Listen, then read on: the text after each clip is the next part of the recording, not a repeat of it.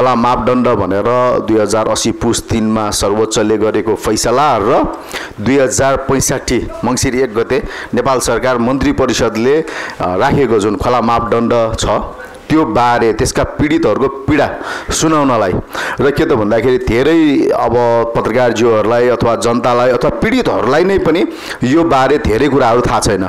किन भन्दा सर्वोच्च अदालतमा एउटा प्रो पब्लिक भन्ने अर्गनाइजेसनले मुद्दा राख्छ, एउटा एनजिओले मुद्दा राख्छ, अदालतले अनि मापदण्ड टोकिदिन्छ। तर जसको जग्गा लुटिँदैछ, जसको जग्गा जाँदैछ तिनीहरूलाई अहिलेसम्म पनि उहाँहरूलाई अहिलेसम्म पनि धेरै थाहा समेत छैन। किन भन्दा मिडियाले पनि अलिकति कम कभरेज गरेको थाहा नभएर वा नगरेको के हो भइरहेछ। हाम्रो माग भनेको चाहिँ मैले रिपिट एकचोटि गरेँ है, हाम्रो माग भनेको चाहिँ के त भन्दा यो सर्वोच्च अदालतले 2082 पुस 17 गते, अब यो 17 पुसमा जुन पेशी निर्धारण गरेको छ त्यसलाई अग्राधिकार दिएर छिटोभन्दा छिटो यो सर्वोच्च अदालतले 2080 पुस 3 मा गरेको निर्णय यो चाहिँ बदर गरेर हैन न्याय दिनु पर्यो भने 2065 मङ्सिर 1 गते गरेको नेपाल सरकारले गरेको मापदण्ड पनि खारेजी हुनु पर्यो भन्ने माग हो है। माग चाहिँ के त भन्दाखेरि यो दुईटै मापदण्ड खारेजी हुनु पर्यो। जनताको सम्पत्तिको हक, आवासको हक, संविधानले दिएको मौलिक हक सुनिश्चित हुनु पर्यो भन्ने हो। मौलिक हकमा अंकुश लगाउने सम्पूर्ण मापदण्ड खारेज है। मौलिक हक भन्नाले संविधानको धारा 25 ले दिएको सम्पत्तिको हक, धारा 37 ले दिएको आवासको हक जुन मौलिक हक छ त्यसलाई नै अंकुश लगाउने खालका मापदण्डहरू चाहिँ खारेज हुनुपर्छ भन्ने हो भने यसमा खोला मापदण्ड खारेज गर भन्ने किसिमको आजको हाम्रो यो कार्यक्रमको मुख्य एजेन्डा भनेकै खोला मापदण्ड खारेजीका लागि।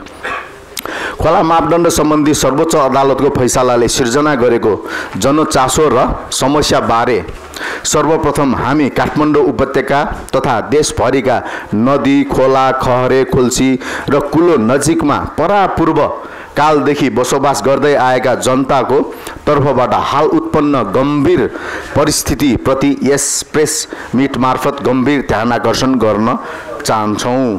सम्मानित सर्वोच्च अदालतका माननीय न्यायाधीशद्वय श्री आनन्द मोहन भट्टराई तथा श्री विनोद शर्माको संयुक्त इजलासले जारी गरेको पूर्ण पाठको फैसला अनुसार पुरानो मापदण्ड, पुरानो भन्नाले 2065 मङ्सिर 1 मा नेपाल सरकार मन्त्री परिषदले बनाएको मापदण्डमा थप 20 मिटर थपेर नो कन्स्ट्रक्सन जोन घोषणा गरिएको र सो क्षेत्रमा कुनै पनि निर्माण कार्य, किनबेच वा अन्य भौतिक क्रियाकलाप गर्न रोक लगाइएको अवस्था छ।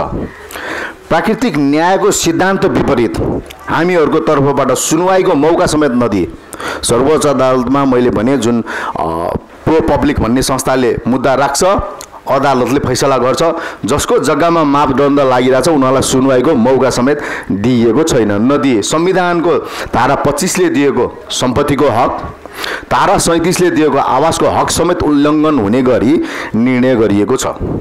त्यस निर्णयले परापूर्व कालदेखि बसोबास गर्दै आएका नागरिकहरूको जनजीवनमा गम्भीर प्रभाव पर्नुका साथै निजी सम्पत्ति, आवास र सुरक्षित भविष्यमा ठोस उत्पन्न भएको छ।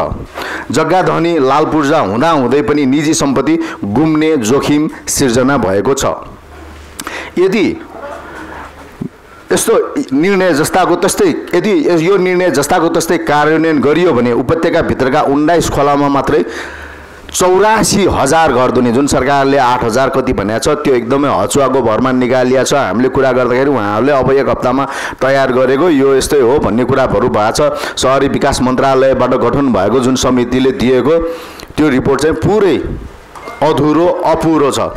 84,000 घरधुरी भन्दा बढी प्रभावित हुने र 8 देखि 10 लाख जनता प्रत्यक्ष प्रभावित भएर घरबार विहीन हुने चाहिँ अनुमान छ।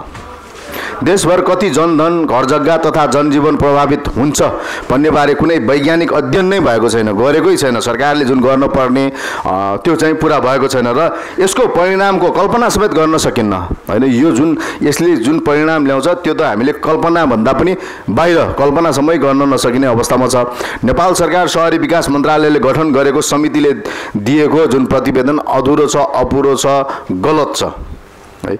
यसैबीच नेपाल सरकारले सर्वोच्च अदालतको फैसला विरुद्ध पुनरावलोकनमा गइसकेको र सर्वोच्च अदालतले 2081 8 महिना 6 मा पुनरावलोकन अनुमति दिएको पृष्ठभूमिमा प्रधानमन्त्री तथा मन्त्री परिषदको कार्यालयले 2081 8 महिना 27 गते सबै स्थानीय तहलाई सो फैसलालाई दफा 231 मुलुकी देवानी कार्यविधि 2074 बमोजिम स्थगित राख्न स्पष्ट प्रचार गरेको छ। गरे पनि तर यथार्थमा काठमाडौँ महानगर तथा धेरै स्थानीय तहहरूले अझै पनि निर्माण रोक्ने, जग्गा किनबेच रोक्ने, बैंकबाट ऋण प्रवाह रोकिने र ऋणीहरूलाई छिटो ऋण चुक्ता गर्न बाध्य पार्ने तथा खोला किनारका घर जग्गाको मूल्याङ्कन नै नहुने वा चलनचल्ती भन्दा निकै कम मूल्याङ्कन गर्ने जस्ता गतिविधि जारी राखेका छन्। यसले हजारौं परिवारलाई मानसिक तनाव, डिप्रेसन, आर्थिक अवरोध, अनिश्चित भविष्यको त्रासमा धकेलिरहेको छ। पुर्खौली थापथलो सम्पत्तिका रूपमा भएको घर जग्गा जीवनभरको दुःख कष्ट रगत पसिना बगाएर आफ्ना तथा भावी सन्तानका लागि जोडेको घर जग्गामा पनि वैज्ञानिक अध्ययन नै नगरी, उचित मुआवजाको व्यवस्था नगरी, पुनर्वासको योजना बिना नै नागरिकको निजी सम्पत्तिमाथि सरकारी हस्तक्षेप हुनु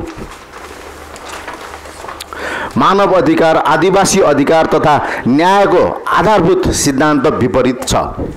यसले नागरिकलाई संविधानले दिएको सम्पत्तिको हक धारा 25 तथा आवासको हक धारा समेत उल्लङ्घन गरेको छ।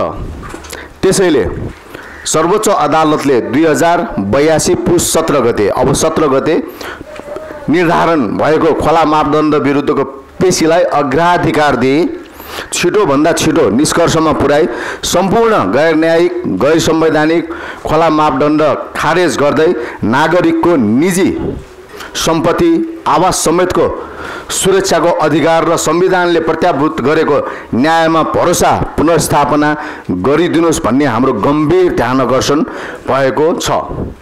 यो मुद्दा लामो समयसम्म अनिर्णयमा राखियो भने यसले ठूलो मानवीय, भौतिक तथा आर्थिक क्षति हुने निश्चित छ।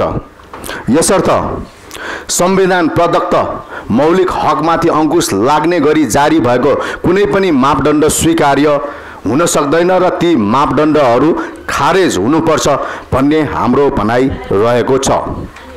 अत नेपाल